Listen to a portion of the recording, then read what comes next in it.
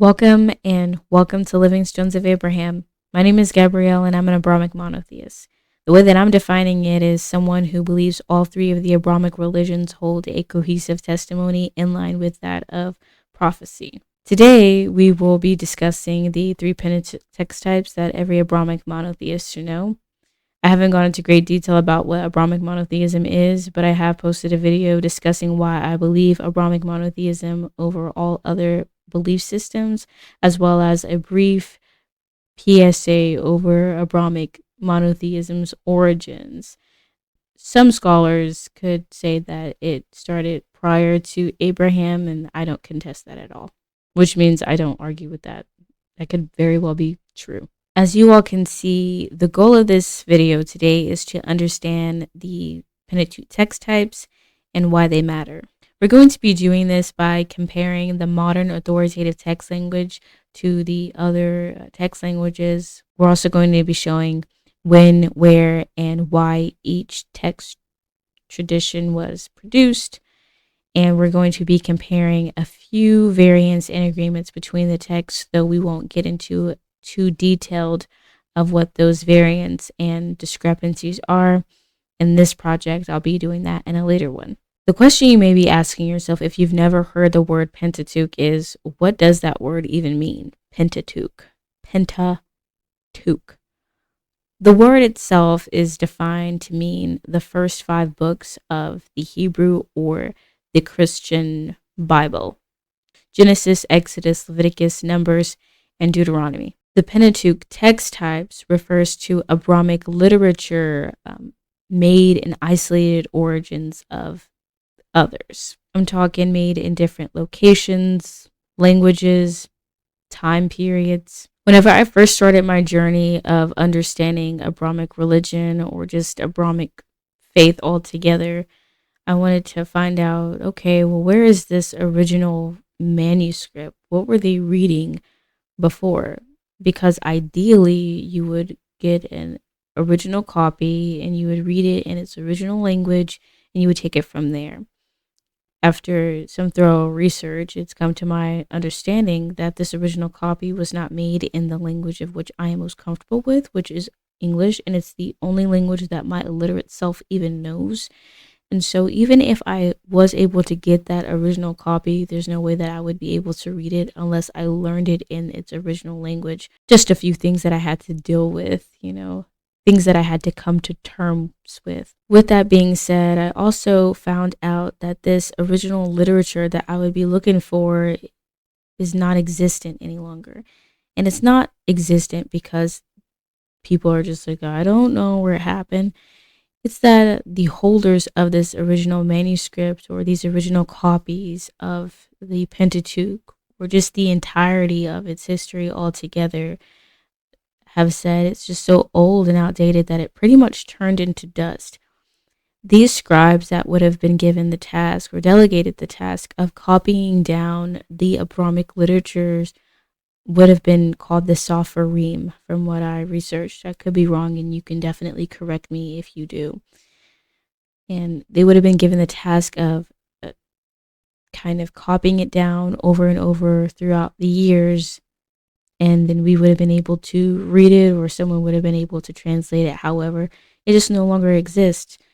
So how do we even have any understanding of the Abrahamic literature or the Abrahamic faith whatsoever? What is the reference point for Abrahamic literature, and what did the holders of that original text do to reconcile this lack? People could say it was during the time of Babylonian captivity where this existent manuscript would have been lost, as well as during the time that the people who would have been able to read it actually lost their language. And so during Babylonian captivity, which is primarily where most of those who would have had a closer relationship to the Abrahamic literatures, where they had lost their language. Essentially, it was pretty much illegal to read and write in their own language from what I had read and deduced. So they had to adopt this kind of Babylonian language or Babylonian type style of text. And after that, they pretty much didn't know how to read in their original language. So they had some scribes do the due diligence of doing their best to read the Sophorim copies and making it into something that matched more closely to what they were actually reading and writing in. And that's where we get the Aramaic square script. And I'll go ahead and show you that. Like I told you, we're going to be looking at the modern authoritative text language and comparing it to the other text languages as well. So that's where we get the Aramaic square script. This is the language that the people would have been reading and writing in post-Babylonian captivity after they had lost their language. So if we could get the original manuscript of the Abrahamic literatures, it would not be written in this language, which is modern Hebrew. It would have been written in a language prior to that.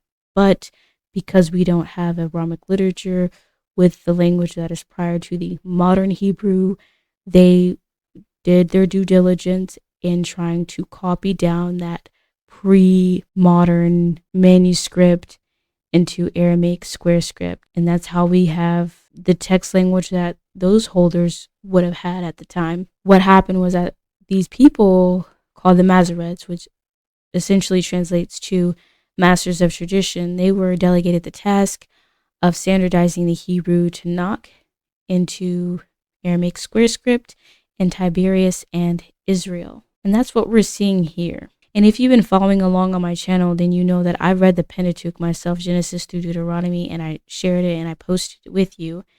And I did decide to read it using a specific text tradition, and that text tradition is the text tradition that is influenced primarily by the Aramaic square script. Now, what's interesting about this language is that many scholars have been able to kind of recover just a little bit of the language prior to the language of modern Hebrew now, and it looks a little something more similar to this as you see. This would have been ancient Hebrew or Paleo Hebrew. And if you're just comparing the two to one another, you'll see that they look quite different. What we can see going forward from that is modern Hebrew is the language of the oldest Abrahamic religion, but it's not the language of the oldest text type. And that's just something that we all have to admit. It's not a secret from any scholars. You can look it up for yourself. But before we get into those other text types, we first have to define what this text type is, right? Let's go ahead and look at the Paleo Hebrew versus the Aramaic square script just one more time before I reveal to you what the text type is for the Aramaic square script. And remember, the language prior to modern Hebrew, Paleo Hebrew, no longer has an existent text type. It did, but now it doesn't because it just doesn't exist. Rest in peace to the text type that came before. The text type that the Aramaic square script belongs to is known as the Masoretic text type. So let's just go ahead and get into a little bit of the history of the Masoretic text type. It was made in Tiberias in Babylonia between the 6th to 10th century Common Era. So just to give an idea of that time, a Jewish carpenter famous for his deliberate criticisms against Sadduceic and Pharisaic doctrines had already spurned the rejection of previous Jews as a prophet and Messiah 500 years earlier. Early Christianity already signed its allegiance to Catholicism, in which the religion had categorized its faith under specific creeds of which no one could call themselves Christians unless they adhered to, formulated at the Council of Nicaea in 325 and the Council of Chalcedon in 451. The Masoretic text type was initially produced well after the establishment of Christianity and wasn't finished until well after the establishment of Islam. Muhammad, peace be upon him, was long gone before the Masoretic text was complete. This tells us the Masoretic text is a fairly recent scribal effort. But some things to note is that the Masoretic text type is actually considered the authoritative text type by scholars, rabbis, priests, and popes. And whenever you go to any store to purchase a Bible, you're most likely going to get the Masoretic text type. If you are going out of your way for any other text type, you're not going to find it in any real Bible store. And that's just something to just take note of. If you're going out of your way to find another text type and there are only 2 other text types that exist, then you're probably going to be looked at funny by people who consider themselves rabbis, priests, or popes. So the question is, knowing how late or how young the Masoretic text type was, it was made between the 6th and 10th century Common Era, you kind of got to ask yourself, what were early Jews and Christians referring to prior to the Masoretic text? Were they referring to anything at all? And the answer to that is yes, they were referring to something, and they were referring to the Septuagint text type. It's older, it's not authoritative, but it was the available Abrahamic literature for the Eastern Orthodox Church and the Western Catholic Church until St. Jerome, who was delegated the task by a pope, went to Israel to make a couple of references and then updated the Bible into what we have now as the Vulgate. And then the Ethiopian Church, who also underwent a few modifications, right?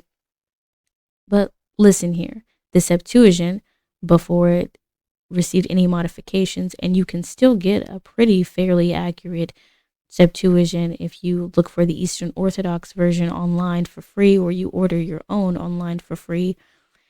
It was made in Alexandria, Egypt between the 3rd and 4th century. And the reason why it was created, similar to the reason why the Masoretic was created, was for the purpose of literacy. You see, there were some Jews in Egypt who also wanted to read their Pentateuch in their own language, which was Koine Greek in Alexandria, Egypt. The primary reason was because a leader in Alexandria wanted to have a copy of it in his own library, which is, impressively academic, to say the least. When it comes to who reads the Septuagint, originally one could say an entire population of Jews in Egypt relied upon the Septuagint, as well as nearly all of Christians, and it was around during the time of the Jewish carpenter, Jewish teacher, by the name of, who most know him to be as Jesus, though I don't think that was his name. Let's go ahead and compare what we have so far. So far, we have met the Masoretic text type. We know when it was produced, we know where it was produced, we know why it was produced, and we also know it's the authoritative. Now we have the Septuagint text type. We know when, where, and why it was produced, and it's non-authoritative, though it was authoritative for a very long time. For a long time, not that I was there, but just looking at the history, it was the Masoretic text versus the Septuagint text. It was just one word against the other, and it wasn't until the findings of the Dead Sea Scrolls in 1947, which is so scarily recent, by the West Bank, that's by the Jordan, where they found Abrahamic literature as old as the 3rd century that kind of put a foot in the door for the witness. And they also found 10 more caves with more text 10 years after that. So it was so recent, y'all. And what they were able to find out was that the literature within the Dead Sea Scrolls more closely aligned to the literature in the Septuagint rather than the Masoretic in multiple places from multiple fragments. I will say the copy of Isaiah that's in the Dead Sea Scrolls versus that of the Masoretic is pretty similar. But in other places like this Pentateuch, which is what we're talking about, the Septuagint matched more closely with the Dead Sea Scrolls. And not only that, they also found another text type similarities to the Dead Sea Scrolls. So they found fragments of another text type, sort of manuscript, not really manuscripts, but like little copies that reflected that of another text type that was somewhere else. And that text type that it referenced, the Dead Sea Scrolls that is, was the Samaritan text type. It's older, it's non-authoritative, yes, but it is the available Abrahamic literature to this day for Samaritan Hebrews. And tradition states the manuscript is based off of a copy from King Josiah, and the reason why they needed it was because the kingdom was so big between the northern and the southern kingdom of Israel. there being the northern kingdom of Israel, and then the southern kingdom we have Judah here, that they needed their own copy as well. And it was made in the 6th to 4th century before Common Era. That's what their tradition states. And if you look at their language, I don't know about y'all, but it looks very similar to the Paleo Hebrew. And I will be showing that here in a little bit, just the similarities between the languages, right? But y'all, that's nearly 1,000 years older than the Masoretic text and a few hundred years older than the Septuagint. Just so you all know, just for your own records, all 3 text types are available in English. You don't have to take my word for it. You can look it up for yourself. Okay?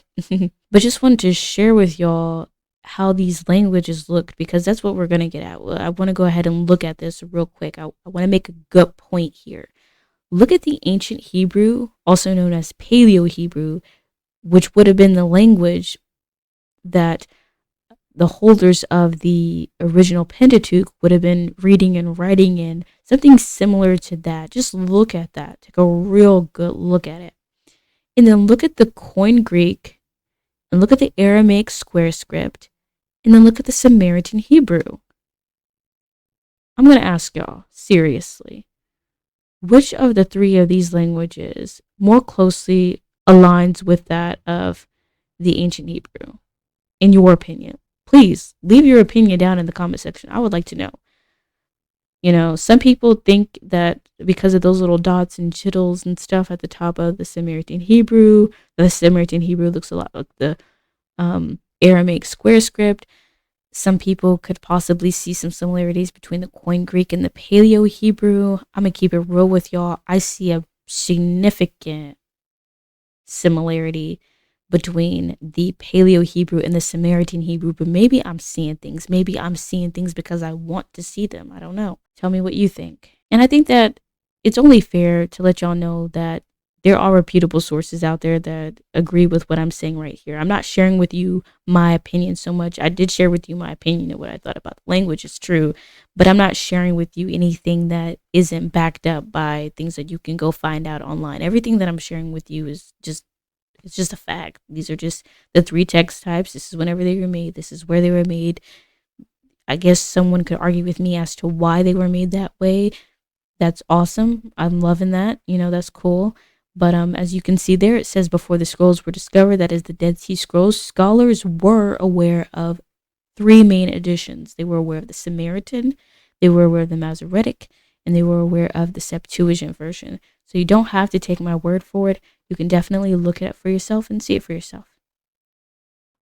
So let's go ahead and compare what we have all 3 together in this domain. We have the Masoretic text, which is considered the authoritative, and it's also the most common text type among Jews and Protestant Christians, as well as Catholics now. Then we have the Septuagint text type, which is not authoritative, but it is common among Eastern Orthodox followers and biblical scholars.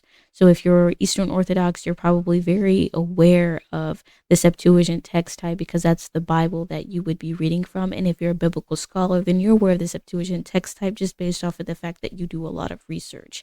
But here we have the Samaritan text type, which is non-authoritative, and it's uncommon and heavily discredited despite, mind you, having matching narratives and variant findings within the Dead Sea Scrolls and the Septuagint alike. On top of that, it is the oldest, and its script, at least in my opinion, resembles ancient Hebrew more so than any of the other text languages. But let's look at the value of the production, because I want us to be able to focus in on what these text types mean. Everything means something, you know. Let's look at the production of the Masoretic text. It was produced in post-Babylonian captivity. The language was lost and unrecovered. So they had already underwent a good amount of influence and things from those who were Babylonian or the Babylonian regime, whatever the case may be. Then we have the Septuagint, and its production was made during Babylonian captivity. So it was here where the language starts to change to Aramaic square script and things of that nature. Whereas the Samaritan text type, its production was prior to Babylonian captivity. And this is why I think the language looks a little less altered. That's at least what I think. I could be wrong, right? We've gone and we've compared the languages, and we've compared their text type, the languages text types, and things of that nature. We compared and we showed when, where, why, and how these text types were made. So what we want to go ahead and do now is we want to go ahead and look at why is the Samaritan and the Septuagint considered non-authoritative, specifically the Samaritan text type. Why is it so heavily disputed or discredited? And here is the reason. So as you can see, the Masoretic text type and the Septuagint text type regard Mount Ebal as the place of the holy altar, whereas the Samaritan text type regards Mount Gerizim as the place of the holy altar. And this is in reference, direct reference, in fact, to Deuteronomy chapter 27, verse 4, where it reads, and I'll be reading from the Masoretic, "Upon crossing the Jordan, you shall set up these stones about which I charge you this day on Mount Ebal, and coat them with plaster." The Septuagint reads, "And it shall be when you cross over the Jordan that you shall set up these stones about which I command you today on Mount Gebal, and you shall plaster them with plaster." Whereas the Samaritan Pentateuch reads, "And when you have passed over the Jordan, you shall set up these stones which I command you today on Mount Gerizim, and you shall plaster them with plaster." It doesn't take a rocket scientist to see where the differentiation is here. I will say, however, it is noted that some scholars do think that there may have been some very early pre-Christian Greek version of the Septuagint, where Deuteronomy 27 verse 4 may have used Gerizim. And if that's the case, then that would mean that the Samaritan Pentateuch and the Septuagint would be in agreement against the Masoretic, but tradition generally agrees with Ebal. So the Septuagint's tradition generally agrees with Ebal. Let's read from there verse 5, because what I'm going to read for you might actually show up later in a project. But I want to go ahead and show where the Masoretic version differentiates between that of the Septuagint and the Samaritan Pentateuch. And it says here in the Masoretic, "There too you shall build an altar to the eternal your God, an altar of stones. Do not wield an iron tool over them." Whereas the Septuagint reads, "And you shall build an altar there to the Lord your God, an altar of stones. You shall not place an iron tool on them." Whereas the Samaritan Pentateuch reads, "And there you shall build an altar to Shema your God, an altar of stones. You shall lift up no iron tool upon them." In this place, the Septuagint and the Samaritan Pentateuch agree against the Masoretic, where it doesn't add that there should be any other altar in conjunction with the altar that they are building. So there is no "there too you shall build an altar," just "you shall build an altar there," period. Leaving on a good note here, on a note of agreement, that is, I also wanted to show a place where they all essentially said the same thing. And here you can read for yourself. I'll be reading the Septuagint version. I feel like it's a nice academic middle. It says, "You shall build the altar to the Lord your God of whole stones, and you shall offer up whole burnt offerings on it to the Lord your God, and sacrifice a sacrifice of deliverance, and eat and be filled there, and be joyful before the Lord your God." Now, just as a little side note, I know that I've said recently in my Genesis through Deuteronomy read through that I would not be using the word Lord to be discussing or describing the Almighty. That is the Masoretic version. The Masoretic version has Lord in full capitals, whereas the Septuagint has L in capital and then ORD in lowercase, and that simply could just be Master Adonai. So I'm not going to not say it whenever it's just a regular academic version there. I believe that the Masoretic have a very legitimized, I don't know if that's a word, agenda.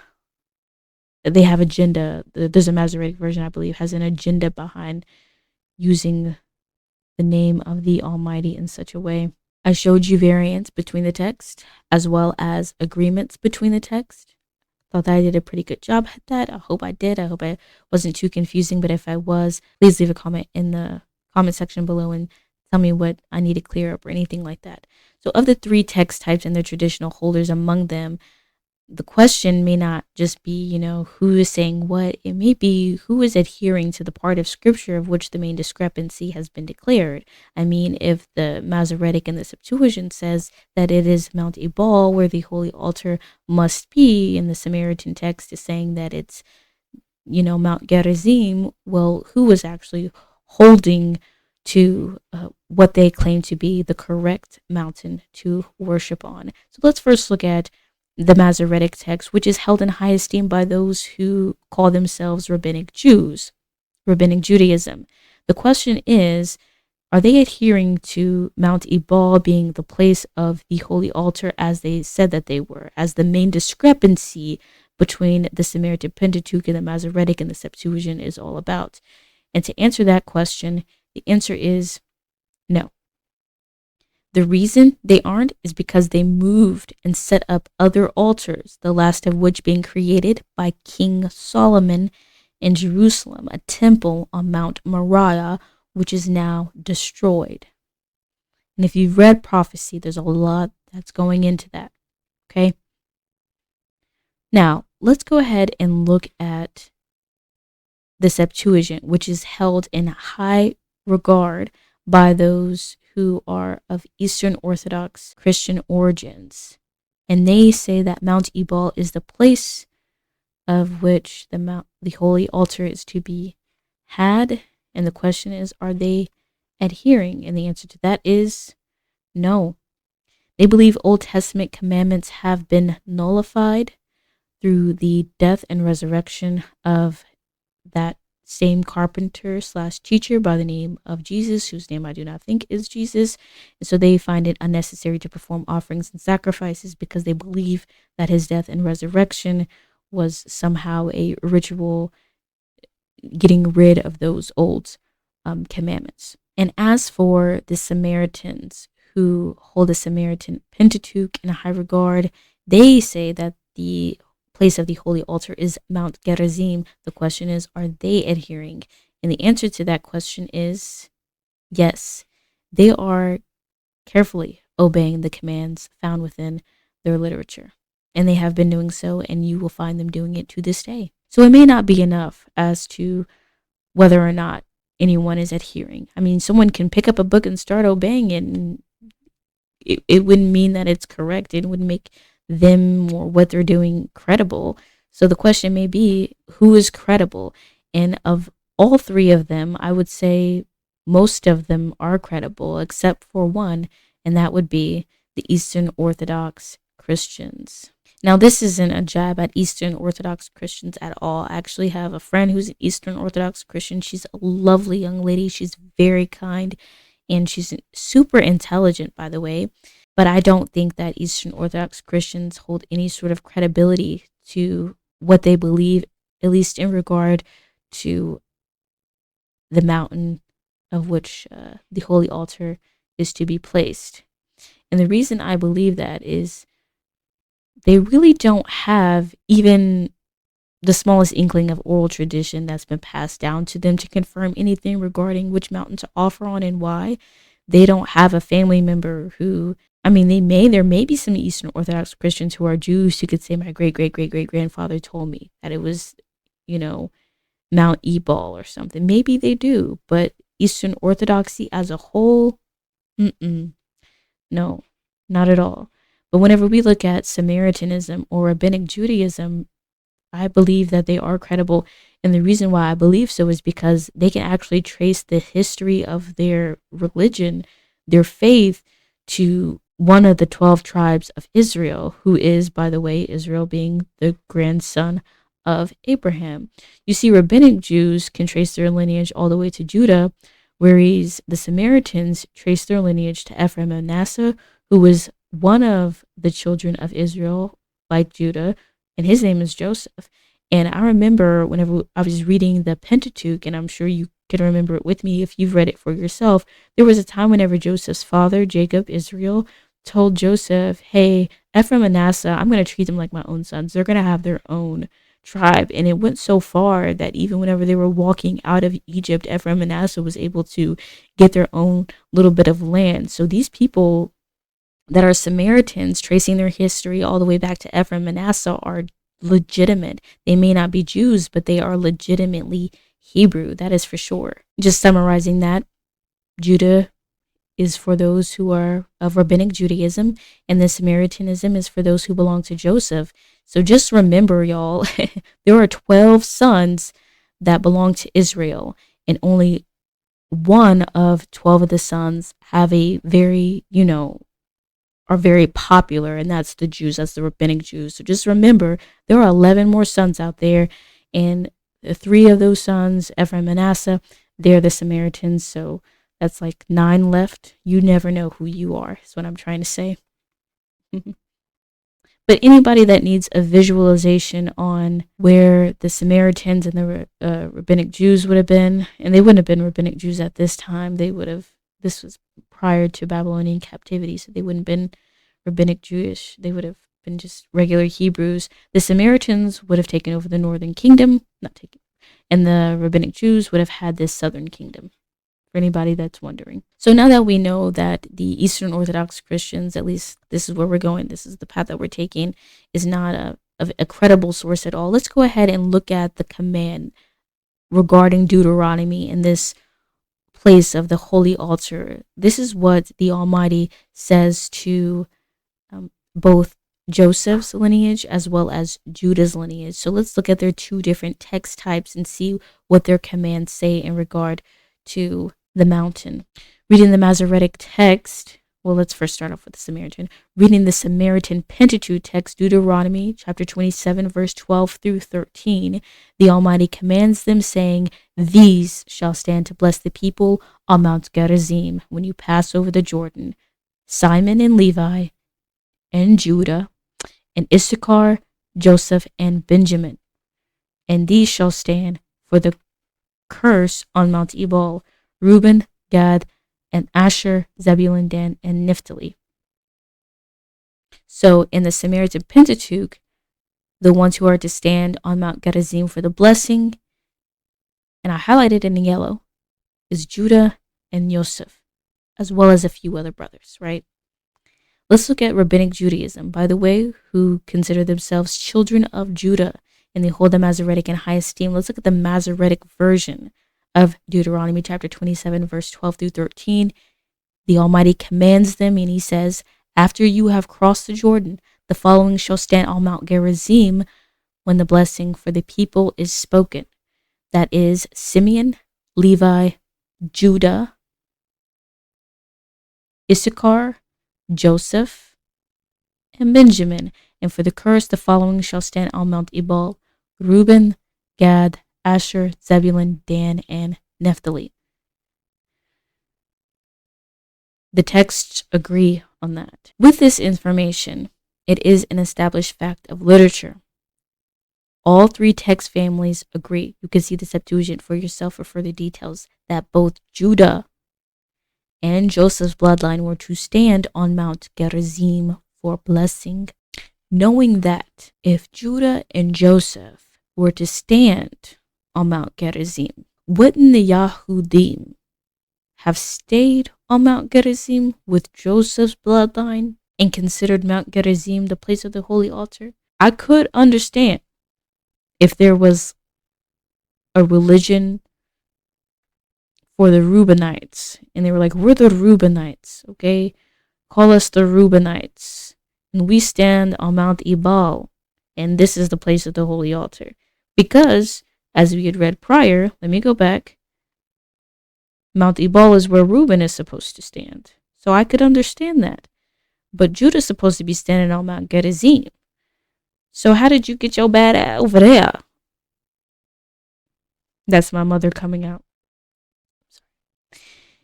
If the Samaritan text is an altered rendition of an earlier, more accurate translation, why is it that the Samaritans have not had any trouble keeping their literature and obeying their version of Deuteronomy? Concerning the altars and sacrifices. Am I saying too much?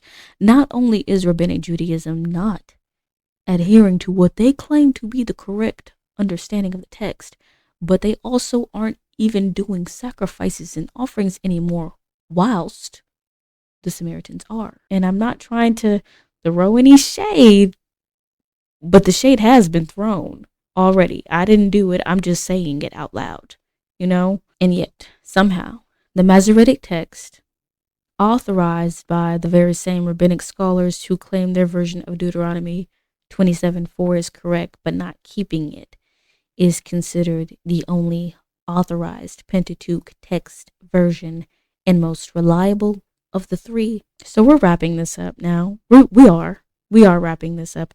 And here are just a few things that I think that we should just take note of, okay? I don't want anybody to get beside themselves. Each text family is a result of the efforts of individuals from Israeli descent, okay? And I did choose to read the Masoretic text version. Do not check me.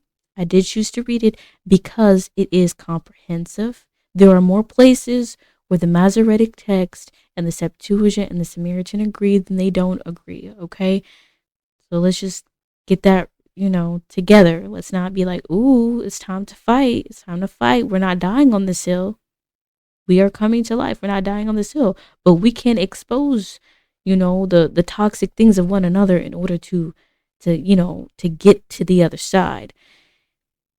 The Masoretic text has a plethora of necessary information. It has the prophets, it has the writings, it has the kings. It's very awesome stuff. Only the Masoretic text has it, from what I know. If they have anything else, I'll try to let you know, or you can look it up for yourself as well. Most importantly, it supports secular history's account of their existence more so than the Septuagint or the Samaritan text. The Samaritans are just such a small population of people. It's almost impossible unless you're out there looking for them, because they definitely are not checking for you. And then the Septuagint is by the Eastern Orthodox Christians. Again, I'm just glad that it's not left just to the two, I'm glad that the Masoretic text exists. I'm glad that the Masoretes did what they did. I don't think that they did anything wrong. I think that they were trying to stay as true as they could possibly stay true to. But I also think that Babylonian captivity, it kind of whitewashed them, I would say. And there's nothing wrong with being whitewashed if that's what you want. I'm just saying I just don't know how close and how accurate the Masoretic text is to the Paleo-Hebrew existent text type that was around prior. I'm not sure if there could have been an agenda where some things could have been added to or taken out, just not really that trusting. Life has done it to me, right? And so the question is the Masoretic text uncontested? Do I think it's perfect? Absolutely not.